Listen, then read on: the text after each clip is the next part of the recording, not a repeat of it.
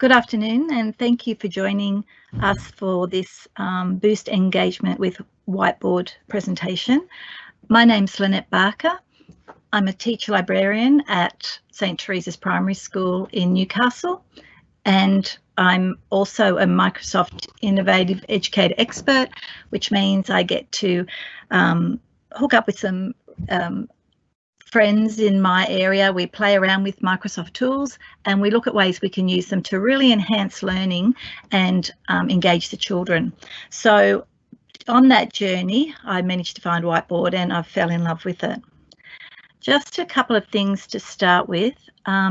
If you do have any questions, if you could put them in the Q&A chat, that would be great. Chanel's helping me today and she will endeavour to answer them as best she can. And hopefully at the end there'll be some time that I might be able to have a look at the chat feature and offer any extra advice that you would like.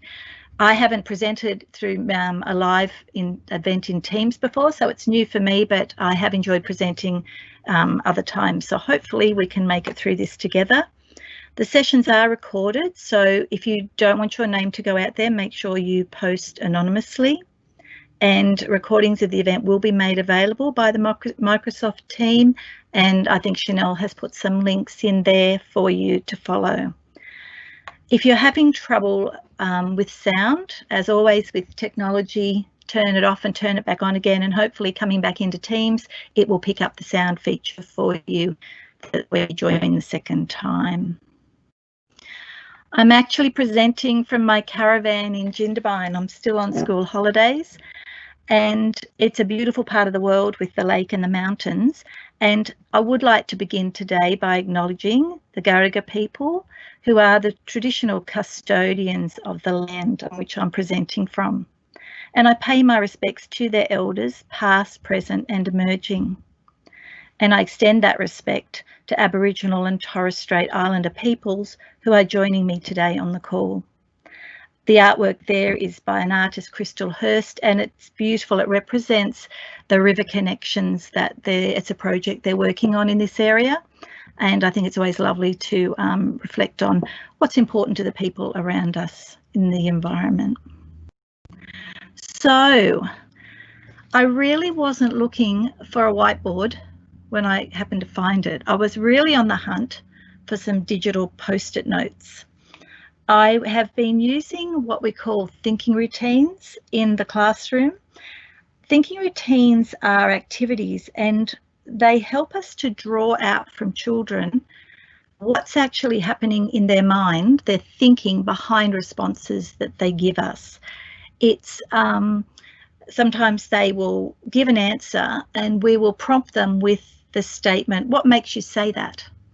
And it's encouraging them to delve back and think, well, yeah, what did make me say that? And they start to reflect on their own deeper feelings and thinking. And with these routines, we go through hundreds, if not thousands of post-it notes. So I was on the hunt for a digital post-it note for a couple of reasons. One, because I wanted to save money and save resources.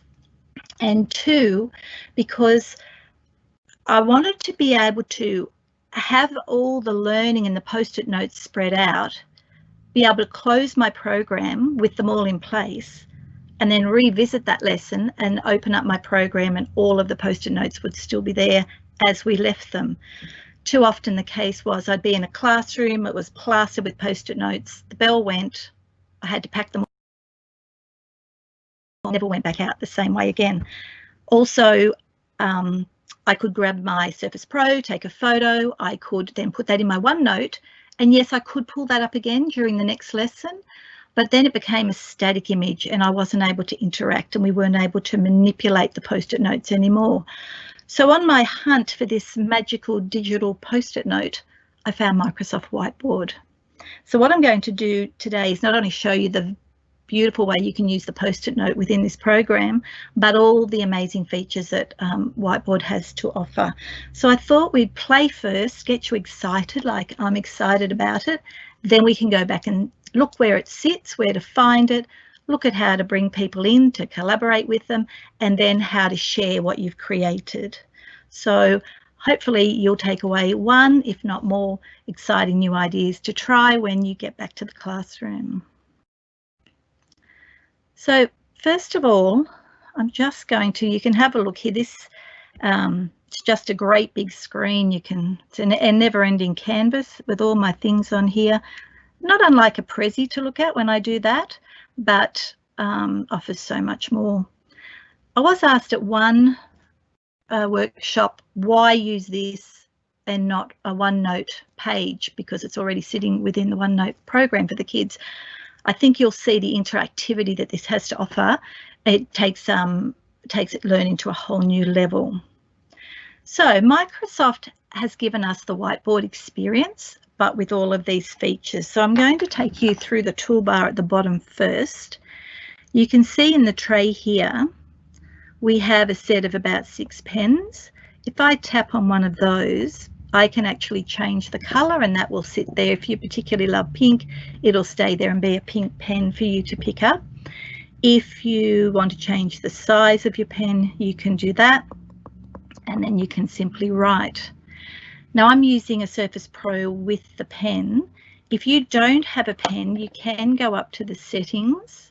You can tell the Microsoft Whiteboard, I don't have an active pen to use. And now when you pick up a pen, you can actually just write with your finger. And if you don't have a touch screen, then you can have a go at using your mouse. I must say it's a little bit trickier, but I can't even do it because I've got my pen turned on, but it is harder. I think this is designed and works best with a touch screen. So going further across our toolbar, we do have a highlighter. So if you have text on your whiteboard, you can actually pick a brighter colour that will stand out, highlight words. Now on a traditional whiteboard, you'd be picking up the pen and circling the words you wanted to focus on, but it is great that we can actually highlight and pick areas out. So that's a nice little tool. The pencil with the rubber on the end does exactly what it says, and the good thing is any text you have put on there won't get rubbed off. The other feature here, which is quite nice, is the ruler. It has the advantage of when you put it in place and you then pick up your pen, the ruler will stay where it is without me holding it. Then I can turn it. So if you're a maths teacher, you'll be loving this feature. You can see your angle that it's turning on. So that's another little gadget in your toolbar. To get rid of that, the lasso tool, like with many of our Microsoft products, will pick up a big area and then you have the option to remove it. So that's your basic toolbar. And if you were going to just use this as a whiteboard, go into your lesson, write your notes up for the day, and then save it. I guess it would save into your whiteboard app, and it saves taking a photo of your whiteboard at the end. But remembering that if we work on a traditional whiteboard and we capture a photo of it, it's static. If we work with this, project it up on the screen, write on our device, use it interactively, when we come back, it's actually be able to open up and interact with it again. So I think that's the biggest feature over a traditional whiteboard. So once we've finished with the tools there, the basic ones, what we want to start to look at are all the other tools that they offer when you click on the little plus sign down here. Now the first one I'll show here is text. Now once you tap on the text icon, you can just, I should say good afternoon because it's ticked over. We can make that bigger. Now I can go back in, say I want to edit that. Good afternoon. I can use this little resizing button to make it bigger. I can put it on an angle if I want to get graphically creative. I do have the option now to edit if I've made a mistake. I can pick another color and alter that. I can copy it. So if you've made one heading, you want to apply it to different places on your whiteboard, you can do that. If I have a whole lot of, say, mentor sentences up where I'm demonstrating creative writing, I can get the kids to go in and click on something and actually like it, and you'll see the likes come up here. Not sure how often I would use that. I haven't used it a lot, to be honest. But the feature I think I do love here is it has Immersive Reader built in. So if I had a whiteboard set up that was for perhaps a couple of children who had to work on a separate task to the rest of the class, maybe, I could put all their instructions here, click on it, and then they can click on Immersive Reader. I won't do that just because of buffering and time taken, but they could certainly listen to the instructions being read to them. So that's the text feature. Now I'm going to move down to the images. Now the images will pull off your built-in library that you have already on your computer. The other option is, now you can see how I've used a couple. They've now dropped into my toolbar here. They know that I'm working on it. I can actually say, when I go into my library images, rather than picking, oh, I'll pick one photo and it just jumps on the page. Again, I can move it. I can extend it. And what I can do now is lock it in place. So now I can actually do some, pick up my pen, do some mind mapping off that, highlight some features, perhaps pose a question about this, becomes, it stays in place, so it becomes an interactive workspace for the children, which is really nice. The other thing I can do is I can stack a series of images like this, and if I double tap on them, sorry, they'll spread out. I can discuss them. I could say, let's pull a couple of these out. I might want that one taken out to discuss, and we might want to pull this one out as well. Click anywhere. These ones will go back to where they were, and we can talk about these. Again, I can lock them in place or like them.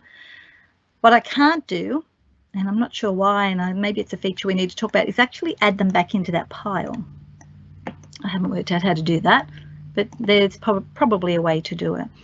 So I'm thinking with this in the classroom, you could play a couple of memory games, try to get kids to remember things, put them back, and it's easy to add them like that. You do need to add them in as a group for that to work. So I'll go to my library images, and I'm going to pick up all of these. So I click on the first one, hold my Shift key, pick up the last one, then I open, and they'll come in as, whoops, I didn't mean to take that one. They come in as a stack, and you move them around. And again, double click, they'll open out. You can talk about them, work on them, tap anywhere, and they'll go back. I guess it's a space-saving feature and a bit gimmicky that gets the kids' attention as well. Lynette? Yes? I have a few questions that have come through the chat that I thought I'd read out. Mm-hmm. Peter is asking if the functions work with the smart interactive whiteboard. I can get my Surface Pro to connect with, I've used a ViewSonic board, and it works because it picks up the interactivity of the Surface Pro. Whatever that program is will do it. I haven't got a smart board to try it on. But what I have done with a television, I have to have my Surface Pro in my hand, and the kids can write on it if they need to. So I haven't tried it on a smart board.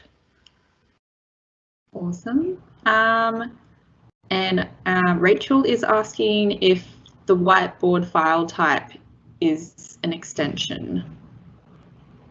Yes, you save it and view it as in the whiteboard app. You don't have to have the app, you can view it online, but you can export this, but it won't be interactive. But once you've finished, if you wanted to, you can export it as an image, or we can put it in Teams and OneNote. I'll show that at the end. So yeah, I've only used it within the app. So I'm going to say yes to that, other than online. Awesome. And that's all for the moment. It's such a cool tool. The other thing that you can add with your images, you can go in and add from Bing. Oh, sorry, I'll just go back down here. You can go down and add a Bing image. You can write or you can type. And again, once you've searched, you just tap on it and it comes across onto your whiteboard canvas. It's just a bit slow buffering here. And it comes across, and then you can reposition it wherever you'd like it to go. And again, I tend to lock images if I'm going to be working on them. I think one of my favourite tools is the table. Oh, their stickers are there. They're pretty standard, the same as you would get out of a OneNote and that. So just tap down here and you'll see stickers. Somewhere there they are. You tap on that and they'll come across. But I think this table feature is what really excites me. So we were always, you're at the whiteboard, you've drawn a table, got a few rows and columns, and you're working away and you realise you need more room, or what's got to go in one of the cells doesn't fit. If you have turned on this ink to shape, ink to table feature, which I've just turned on there, I went up there to the little hamburger icon. It's there, ink to shape, ink to table. And I draw a square, it will snap to, oh sorry, rectangle. If I draw, it will realise I'm starting to do a table. I can either add rows or columns. I might even just want to divide that one. I might want to divide that one. So that is exciting in itself. However, once you're working, as you start to write, it will grow with you. So as you decide, oh, we only had something small there, but this cell actually needed a lot more, it moves and grows with you. So that is such a game changer for building a collaborative table with the kids. When you really know not sure what's coming and how much room you need, all of a sudden it has this flexibility to grow with what you're doing. The top bar's highlighted as your title row, so that stays like that. But that, I think, is an amazing tool. So I think everyone will fall in love with that. I'm just going to remove it to get out of my way. The other great feature besides inserting a table is the ability to insert documents. Now, you could see I inserted my PowerPoint here today. I just went plus and I added my PowerPoint document. What you can also do is perhaps add a PDF, which might be a worksheet. So I'm going to open that. And what it does, and it does the same for PowerPoint and Word, it puts every page in there. Sorry, that wasn't the one I actually wanted. I've already put it in. I'll go back and grab the one I want. You can then just select the few pages that you might want to put in. So with this PDF, it's actually just one page. And it comes up. It's a worksheet, and I hope it comes up. The great thing about this is sometimes I'll be holding a worksheet up, and I try not to use them too often, to be honest, but you might be holding it up. I don't know if it'll come in. It's not going to do it. It's all right. You'll hold it up to the class and say, right here, do this, but they forget. So what you can do with, just got a bit of a lag, this is have the worksheet here, actually write on it. I'm just going to lock it in place. Write on it what I want and leave it up there for the kids to be able to refer back to. This worksheet's actually one of the thinking routines. It's called Review Plus 2, and the kids watch a video, then they go back to their desk, they write their name and everything they can remember, then that sheet gets passed to someone else and then they write their name and all the facts. What I do love about this, I'm just going to unlock it. Unlock, is that if it's not locked and if I write on this, I can move and the writing stays with it. So whatever I've written on that document stays with it wherever it goes, which is lovely for keeping. And as I said, if this is your work across a few lessons, it's all here and you can see it all. This is a PDF that I inserted earlier, and it's of a book called Birthday Bunny, but the kids went crazy and attacked the book and it became Battle Bunny, and it's a great book if you can get it. And here's a link to the website, so I can put a direct link in there and that will work if I click on it. And these are locked, so I can pick up a pen and go back and say I am the Ninja Bunny, and you could start to have fun rewriting that book and saying things like, today is my birthday. No, I think on the cover he said today is Doomsday, and you can play around with that and the kids can collaborate and edit that book. So lots to insert and lots to play with. So we've just recapping, we've got the toolbar across the bottom, your standard tools. You can add your images, your text, stickers, tables, PDFs, PowerPoints. Really amazing. But here is what I actually went looking for, the one that I fell in love with, my most loved tool, and it's this Post-it note. And it's here, looks like that. And to add one, you simply click on it and you start to type. I love this. If you put too much text, you get a little scroll bar on the side, but I try to say to the kids, it is a Post-it note. Be concise with what you're wanting to say, limit it, bring it back down. So it's it's up to you whether or not you put that restraint on the kids. It's hard even with ourselves sometimes. If I wanted to change the color of my Post-it note, I can. If I wanted to like it, I can edit, I can bin it. What's in here? Oh, the immersive reader again. This is what not to do. This is what I did. Don't do this. I had this great image here. It was a bit clearer when I had it up on the big board, and it's called Pondering. And the children have to look at the image. I'll zoom in so you can see it. They have to look at the image and they have to think of a question to go with that image, but nobody is allowed to answer the question. There are only questions, no answers. And if you give it time, the questions in the beginning are quite surface level, but then they start, when they can't answer the questions, they can only ask them, they start to actually become quite deep. Well, I let them all on this one whiteboard and said, post a note and add your question, and it froze. The syncing issues were terrible. It was unrealistic to have so many people jump on that board at one time. You can see Miles here in the middle started his own little paddock with his little squares, and he was getting carried away, and he's writing on my note and someone's writing on mine and someone's over the top of me. So that was a disaster. The result, they were quite good what they wrote, but I'm going to say don't do that. Originally I had no option, but Microsoft Whiteboard have since brought in these beautiful templates that allow you to use the Post-it note feature in an organised and really manageable way. So hallelujah to that. If I click on my little plus sign, you'll find them here under template.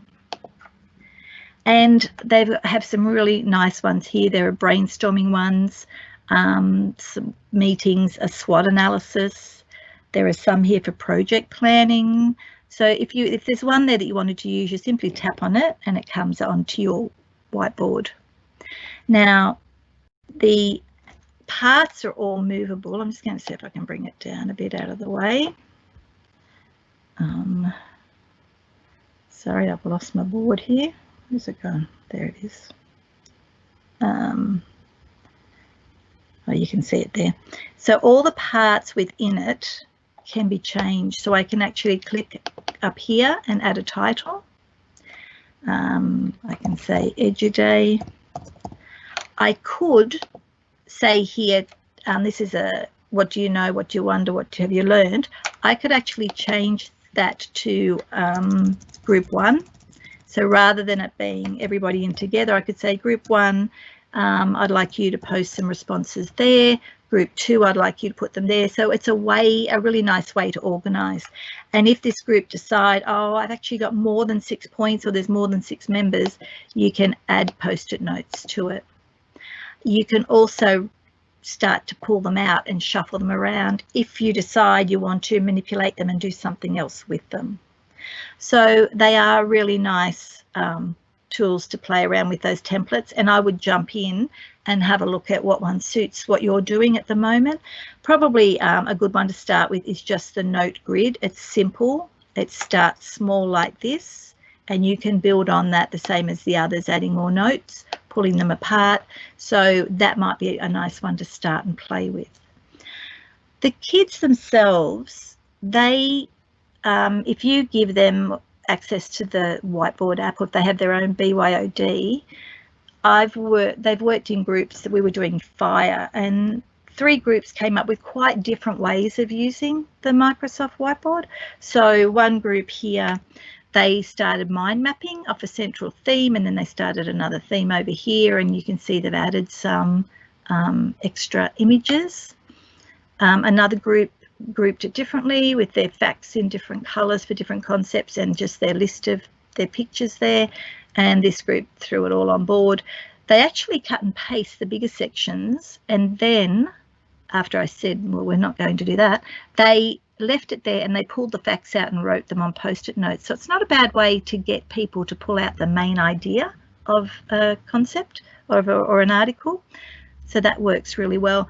So I think giving the children a whiteboard to use to present some work is as exciting as it is for a teacher using it to engage and teach. So I'm just going to go over here and show a couple of visible thinking routines that I had using my post-it notes in the whiteboard. Now there's one, I just want to find it. I moved it. I got a bit carried away. Here it is down the bottom. So this was my traditional whiteboard, and a thinking routine called generate, sort, connect, elaborate. So you have a topic and you get the children to write a response to a question or a video or a stimulus, and they put them all on their post-it notes, which we did. And then, so that's the generate. Then we shuffled them around and we looked for ones that went together. So that was our sorting. Then we connected them and we added a heading or a subheading to it so that we could say, well, all of these post-it notes relate to this. And so that was our connection. And then we could go off and explore it further and elaborate. So that was a great lesson, and the kids were terrific. We were doing why do we have zoos, and some of their responses ended up being about protection, a hospital, enclosures and other. But then that lesson was over. I pulled all those off, and all that I'm left with was my photo. I did it again with a different stimulus in whiteboard, and I brought the children in and I had some post-it notes already there for them.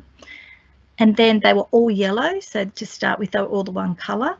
And we watched this YouTube clip. Now that, if I won't click on it now just for buffering issues, but that is YouTube. And so I just pasted the link, and that came up with its little image, the link. So if I was in the lesson and I had this up, I click on that, watch it, do the task without ever leaving this environment. It's a brilliant clip, and I'll make this whiteboard available through the Teams link afterwards. It shows Sydney and then the virtual building over the top of it. So after watching that, they had to just write a question. Once they'd done that, we then went in and looked at the questions and started sorting them. And when we found ones that went together, we used the colour coding feature to make it more visual. And we found that some of the questions related to change and impact, some related to buildings, some were about the environment, and some were just about the Aboriginal culture itself. So from this, we could now go off and elaborate and do some research. Now, this is a screenshot just to save me jumping in and out of too many whiteboards today. But if this was my lesson, I would actually open that whiteboard, and whatever we'd worked on here, I could extend and put the comments off here. I could work off that. We could work off that. If we decided that one needed to go elsewhere, we could move it and colour it. So it's completely interactive, and the learning continues as opposed to that.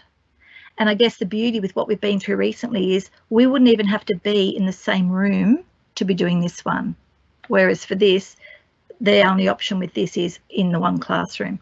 So for our virtual learning, I think that is it's a beautiful way to capture and grow and grow and go deeper. So that's called Generate, Sort, Connect and Elaborate. And there's my link to the YouTube. Another way I've used the post-it notes and a thinking routine is to give the students, so this again is a screenshot because of time, you choose an image and you put it up, and you then say to the kids, what do you think that person can perceive? Now these are assumptions and we are making it up because we don't know. And we might say, well, just judging by what's in the image, her expression, the background, she probably knows about protecting family, and we're focusing on the woman.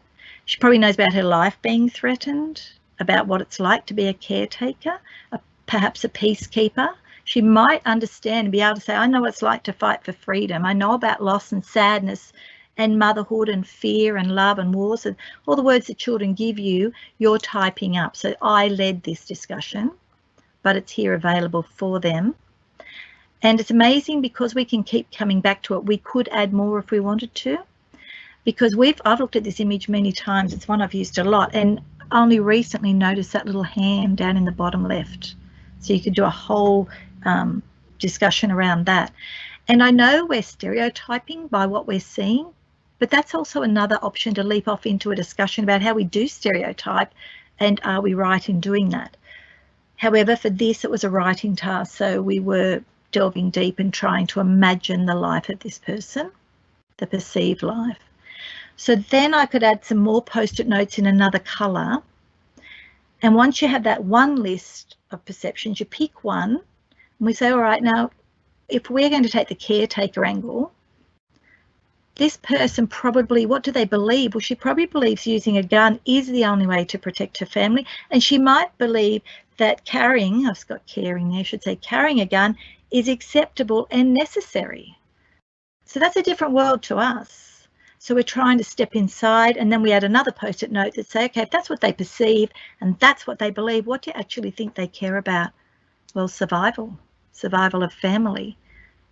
Survival of family is not high in my thought of a day. I care about them. I hope they're safe, but I'm not actively protecting them as opposed to this person. So Whiteboard just allows you to have a platform for delving deep into some of these thinking routines. So that one's called Step Inside. This one, and I've used the whiteboard a bit differently here, this is called Question Sorts, and you do your axis there, and you have one axis says very interesting to not interesting, highly generative to not generative. And what you're going to do is place on this quadrant design either post-it notes or little pictures, whatever you're using, where you think they sit.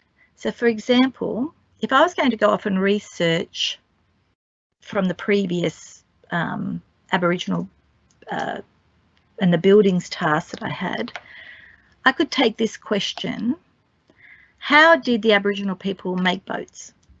Look, it's a bit interesting. It's not a boring question. It's not going to generate a lot of research. I'm pretty well going to go and find a boat and do a procedure. So I might place it here. As opposed to, I wonder how the Aboriginal people felt when all the land got busier and all of the trees got chopped down. That's quite interesting. You're going to generate a lot of questions out of that. So it probably sits more up here. So what you can do with the kids in the classroom is put their questions on this template and then discuss, well, what makes an interesting question?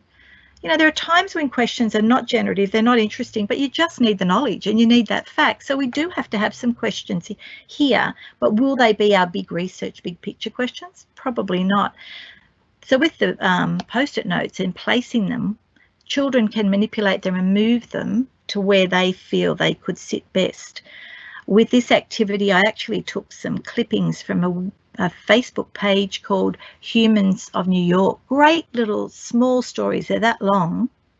And we were placing them on this whiteboard template, and we had to say, does a story make every reader feel the same? So they were saying whether they thought this story took them off further into other thinking, and we were moving them around and discussing it. So if you've got a template like that, that isn't in the whiteboard template base, but you use it a lot, a clever little hack I have here is to draw, is just to draw on your whiteboard what you want. So for me, very interesting, not highly generative, not. Then you zoom it out as big as you can like this. Move it down so you don't have this up here in it. Take a screenshot by holding your Windows key and print screen. Then go in and crop it and save it as an image. And then whenever you want to use that, you simply insert the image, lock it to the background, and there's your template ready to go. So even if you have a spelling list every week that you might have a certain format to, you can create one, screenshot it, save it as an image, insert it, and you've started to make your own templates. So that's a nice way to do that. What else have I got over here? I've spread them around. This activity here, and I'll probably show this the last one before I go off and show you how to actually get Microsoft Whiteboard and collaborate and share. This is called Tug for Truth, or Tug of War, but we call it Tug for Truth. So this was my original way of doing it, with my post-it notes on the floor, bit of masking tape, post-it notes either end, and the question was, should we have the Aboriginal flag flying on the Harbour Bridge every day? Because currently it only flies about 17 days out of the year, which really surprised me. And the children had to write their response, and they stuck it on either end wherever they agreed or disagreed. And this was a Year 4 class, and it was really interesting, and this is just an example of how the thinking routines get into the minds of the kids. When I went to the disagree end, even though there's a lot of post-it notes, it was really only 2 children, and I said, what makes you say that? Why did you say no? Why did you put yourself there? Because I was surprised. And one little boy, one girl said, I lived in Darwin, my experience was this, this, this and this, so I don't want the Aboriginal flag flown. That's pretty deep for a Year 4 child. So we were then able as a class to discuss perceptions and how an experience, does one experience or an experience change your life forever? Or do you take what happened to you, but then you have to revisit that in your life and change how you feel about things? And she was really good. And we started talking about how we over time need to, adapt and grow and perhaps change our thinking. The other little boy just said, no, it's just going to cause lots of arguments and I don't like fighting. So I'm going to say no, and I couldn't sway him. So that's, it's a nice way to look at, because otherwise if I just got them to write an answer on a sheet or a survey, I wouldn't have known that that's where their thinking came from. So doing it on a whiteboard, simply the ruler, align, agree, disagree, we should fly the flag, and they can put their post-it notes wherever they like. So this is such a great tool. Where are you going to find it and how are you going to share it? It is in the Microsoft Store, and when you download it, it will be here under M with its little pen icon there like that.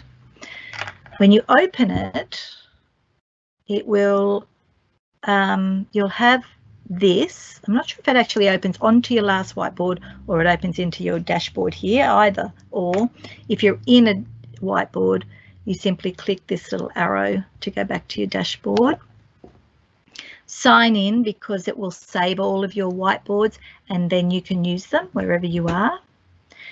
If you want a new one, you simply go create new, and there it is. You can see it's syncing to my account. Oh, I'm disconnected because I was making it easier. Don't worry about that one. I turned off some things. These are whiteboards I've used before, and I can go back in and out of them as often as I like. If there's one there that I've had but I don't need anymore, I can actually delete it. I can export it, and it doesn't have a name, so that one was about the library. So I can go back in and label that so that I know what it's about. I can invite participants there, or I can go back into my whiteboard to do that. So I'm going to go back in to this one that I was using today. Now you can see up here I'm logged in because there's my face. I can switch accounts, I don't need to. Telling me it's that. If I click on my menu, I get the ability to export it. I'm just going to have a look as an image. That's where my images are. I can send it to OneNote, and it's going to ask me where or which OneNote I want to put it in. I can choose, and it will go in exactly a screenshot of the whole whiteboard. If I post to Teams, it will ask me which team it's going to go into. And you can imagine it's just pulling through because I'm not in my own tenant at the moment. I'm going to see if I've got the picture here. This is what it looks like. When I go into Teams, it'll look like this, and it will say, which team do you want to go into? It'll be called EduDay. It'll look like that, and if I say post, it'll go into my team, and it will go into my posts, and it'll go there as a link. Now that link, when I click on that, will take me out of Teams through into my whiteboard, the live one that you're actually seeing here now. So that's how I can get it into Teams, how I can put it into OneNote, how I can export it. I can send an email summary, and it will send an email of anything I've been working on. It'll say who's invited, who's contributed, and parts like that. If I've been working in one of the templates to do with meetings, it'll also put what our goals and things are. If you want to change the background, you can go in there and do that. There's a few different options and some colours. I can clear the canvas, I won't do that. My toolbar location is also another spot it can go. The participants, sorry, I clicked there. I can actually search someone from my organisation. I can write it or type it, or I can have a sharing link. So I'm hoping I've shown you enough to get you excited to go home, and straight away, you're probably already at home, and download the app. If I've missed anything, I'll go back over and review the questions later. But was there anything else for now, Chanel, that you wanted me to talk to? No, that was a really good demonstration. We do have one question though that I'll raise right now. Is there's a question asking if your students have Surface Pros or iPads. Do they open the app on a laptop or computer? They all have, our schools, a Windows device. It doesn't matter which device as long as it's running Windows 10. So we are all accessing it through this. I've worked with teachers who have Apple and they use it online. If I get the sharing link, I can actually get a link, and when you open the link, it will go to an online platform. So yeah, you can actually use it on any digital device because it will open in the browser, but a lot of these functionalities down here don't work if you are not in the full app. Like all the apps, I guess, there's always more when you go and use the full app as opposed to the browser version. So, but it will work in a browser on an iPad. They could still interact with it, yeah. Awesome. Well, I think we're at time, so we'll take the remainder of the questions offline and pop some links into the chat for you to check out the recording. And yeah, I will say we can probably wrap up the session. Thank you. I enjoy presenting. It is a tool I love, and I hope you get to find other ways to use it yourself. Thanks, Chanel. Thank you, everyone.